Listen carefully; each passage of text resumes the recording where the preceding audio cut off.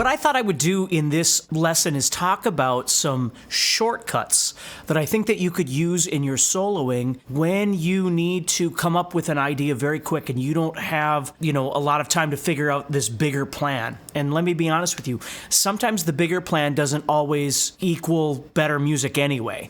So think about it this way. And it is important for us to study the fretboard, right? We're learning how to play something and visualize it and all that kind of stuff across the entire fretboard, learning all the positions, and that's great. But in the real world, sometimes you have to make choices very quick and you don't have time to make all of those assessments. Now, if you're really good at it and you've got it figured out, that's awesome. But what I want to talk about today is what to do when you need to come up with something very quick. And so what we're going to do is we're going to use D major as our example, and it's going to be pentatonic, but it can be diatonic too, depending on what you add to it. So let me show you what I mean. Let's say, for instance, we start with the most basic thing, which is going to be what most people would view as the first position of D major pentatonic, okay? So basically what I'm going to do, you can call this anything you want, but I'm going to put my pinky on D here, on the 10th fret of the 6th string, and I'm going to play the major pentatonic scale right here.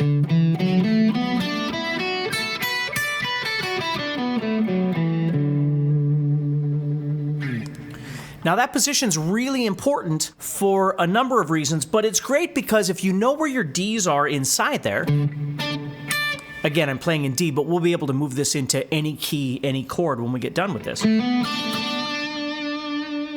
We can make simple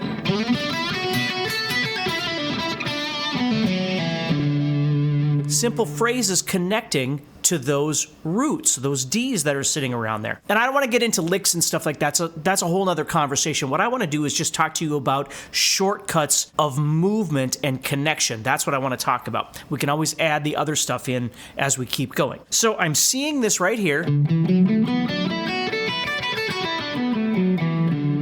I'm thinking about the root, in this case, which is the D, and where those are, and how I could direct myself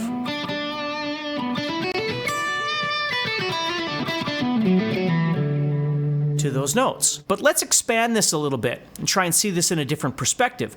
So what I like to do when I try and teach this is, let's start with exactly what we have right here. But instead of going to the D or the root down here on the 6th string, right there, let's just put that note for the time being right here. Which means when I descend, it's sitting right there. Now what's really nice about that is I can start implementing a little bit of this sliding, where when I was playing it in the other position, there really wasn't a lot of opportunity for that. So all of a sudden I get more of this human sound to what I'm playing, this vocal sound.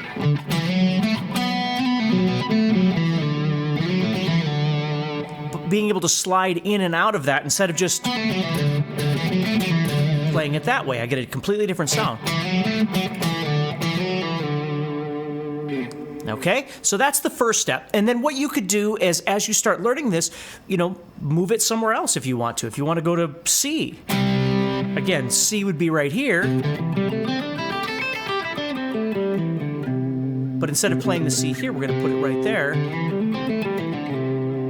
And so on. So just so you understand that, okay? So let's move back to D and keep talking about this. So what I want you to start recognizing is when you play either this or connecting down here, when I go down here right to this note right here, I actually have my D major 5th string bar chord sitting there as well. So I want to start visualizing that, especially what's happening right here, because those are the notes that I want to try and target when I'm improvising. Those are the notes of the scale that I'm playing, as well as the chord. Okay, so I've got my root, that note, that note, that note. Those all become really important notes that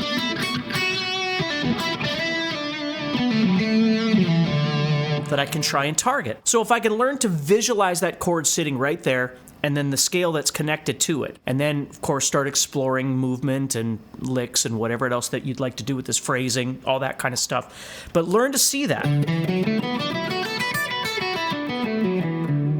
then over here. Okay, Now this is where we're going to start kind of adding this shortcut, if you will, and then I'm going to put together some other pieces. I think that you'll find this really interesting. So let's do this now. We just created this new note down here, which is the D down here, but we just put it in a different spot. So now what I want to do is I want to start cutting across the guitar this way. So I'm going to go, and then right here, I'm going to do the same thing right there. So I have,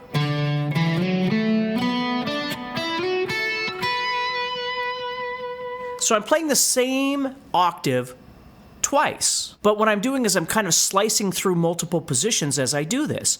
Now, if I look at the notes that I'm playing,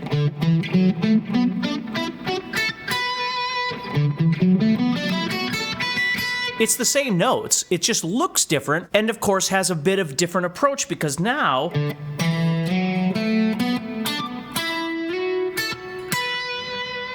okay, now this isn't the note that I'm looking for. I want this note because it's part of the D chord. That's what I want.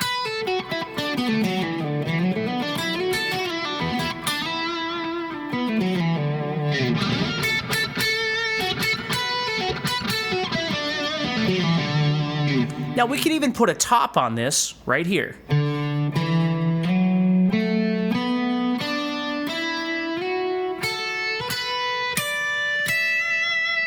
Up there.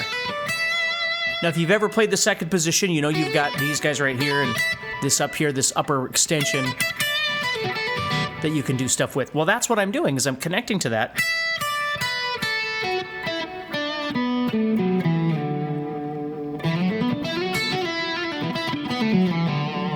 And when I play in this direction, it gives me opportunity to make what I'm doing sound different. The notes aren't any different, but because my approach is different, I have more opportunity to make this sound different with all of the sliding that's happening. So what I want you to start thinking about is using both of these positions and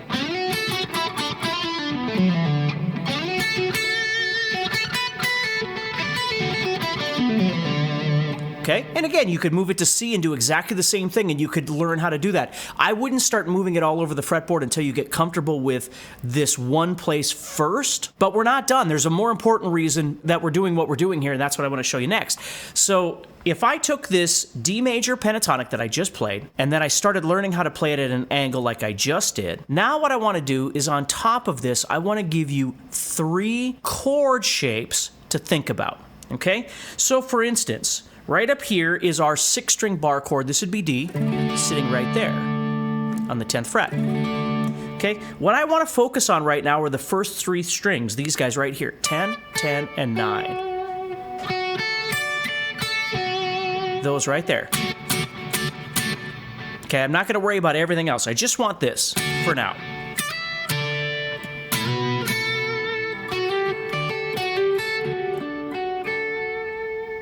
Okay? Now, because we've built this thing moving at an angle, sitting right up on top here is that chord.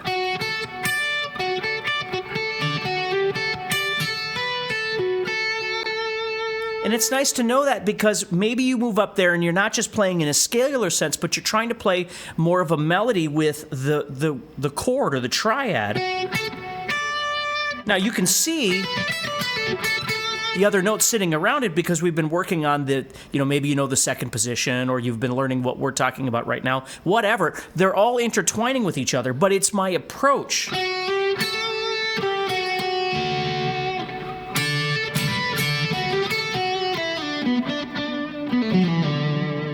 So everything that I'm doing doesn't just sound like I'm playing up and down a pentatonic scale, but I can really start trying to isolate some of the notes of that chord to make it sound a little more melodic, right?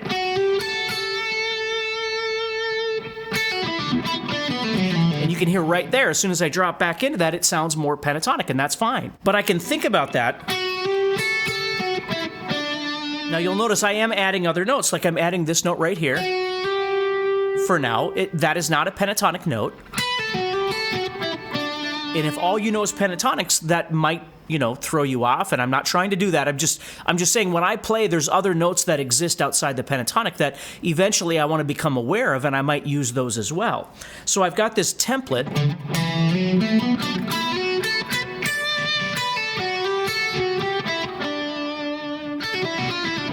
You know, I could add a blues note in there.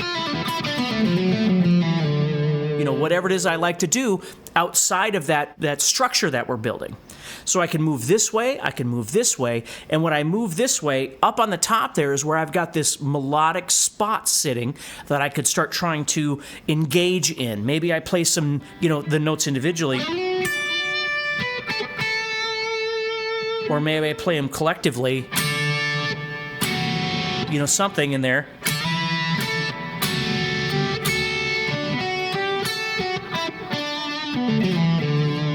And then drop back. So the next one I want to show you is the 5th string bar chord, the D that's sitting right here, okay, which we were visualizing when we started this sliding pattern, right? And we were looking at the notes of that D sitting right there, which is great. We want those for sure. Okay, so we can see those. What I want you to see is the first 3 strings here, right here, that are sitting there. So I could be playing something and drop into that as well.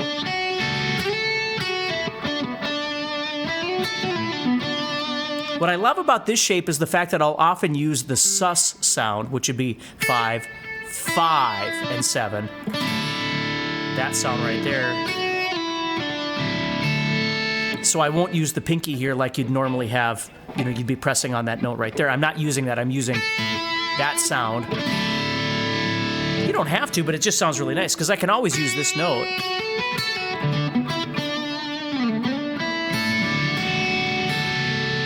And I can see how it's attaching onto this next position here, which then attaches onto this. So I can make different position movements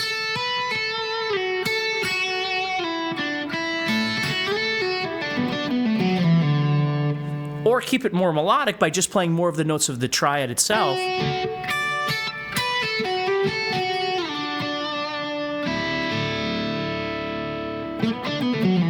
And then drop into something, okay? So we've got the 5th string shape sitting right there. Ideally, that sus4 sound or sus2 sound that I think is really cool. We've got the 6th string bar chord sitting right here. And again, the first 3 strings are ideally what we're looking for. Not that you can't add more, you can do whatever you want. And the third one is the D shape itself, which would be sitting up here as well. The octave of it would be up here. And I want to show you that because I want to show you how I connect it to the rest of this. So as I'm playing in this spot right here, if I look up here, I see the D sitting right up here. And I can slide right down on that 3rd string. And now I'm connected to that or that, whatever I want, just by moving that 3rd string down. Now I can move any other string. I'm just showing you an easy way of getting a, kind of an exit strategy. So I'm seeing 14, 15, 14, and then I've got that 17 up on top there too. And notice how now all of a sudden it sounds more melodic and not just pentatonic. So I'm not having to learn the entire fretboard. What I'm doing is I'm looking for this pentatonic position, but turning it into kind of a little slide pattern that would cut through. That's really all I'm doing with the scale. And then I'm trying to see 3 main visual triad or chord pictures on my fretboard using the 6th string, the 5th string bar chords, and the open chord, which is D. The D shape, I should say, right? So that's what I'm seeing as I'm playing. So I move from here.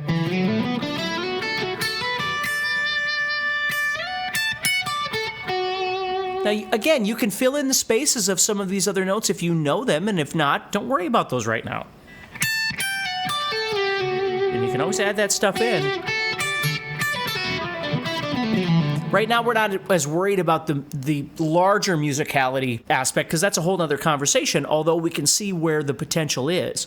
What we're worried about right now is just learning how to see some shortcuts. So if I was to take this entire thing now and move it to C, let's take a look at that. So I'd have this, and this, but expand that out.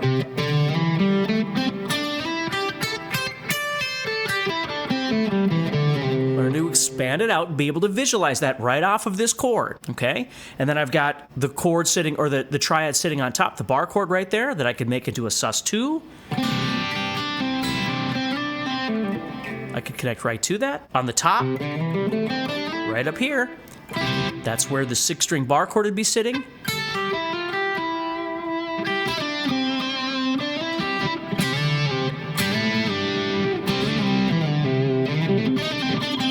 Okay, and then I've got on top of that, coming all the way up here, that's where the D shape of the C chord would be, okay?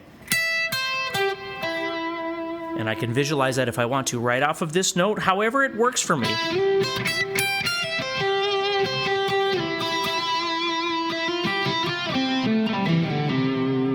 See, so you could do that for anything. Now, we're not talking about minor chords right now, we're just talking about major chords and being able, like your 1, 4, 5, for instance, just being able to chase those around as needed. And you don't have to do all of this all of the time. It just gives you a nice, quick way of being able to grab an idea. So if you were playing from D and you did something, and then it went to C, and then went to G, you could find really easy ways of just being able to cover over each one of those chords. And again, it doesn't even need to be as much as I just did. It could be something very simple. The shortcut to the minor for now is, if you get a minor chord, just play minor pentatonic. So let's say we were playing D major, and we did something, and let's say it went to C. So again, I ended up here. So now I'm gonna stay there, connect to the C, and then it goes to A minor. Let's say A minor fits in there. Well, I'm sitting right here, so I could just do an A minor pentatonic thing of some sort. And then let's say it goes to G after that.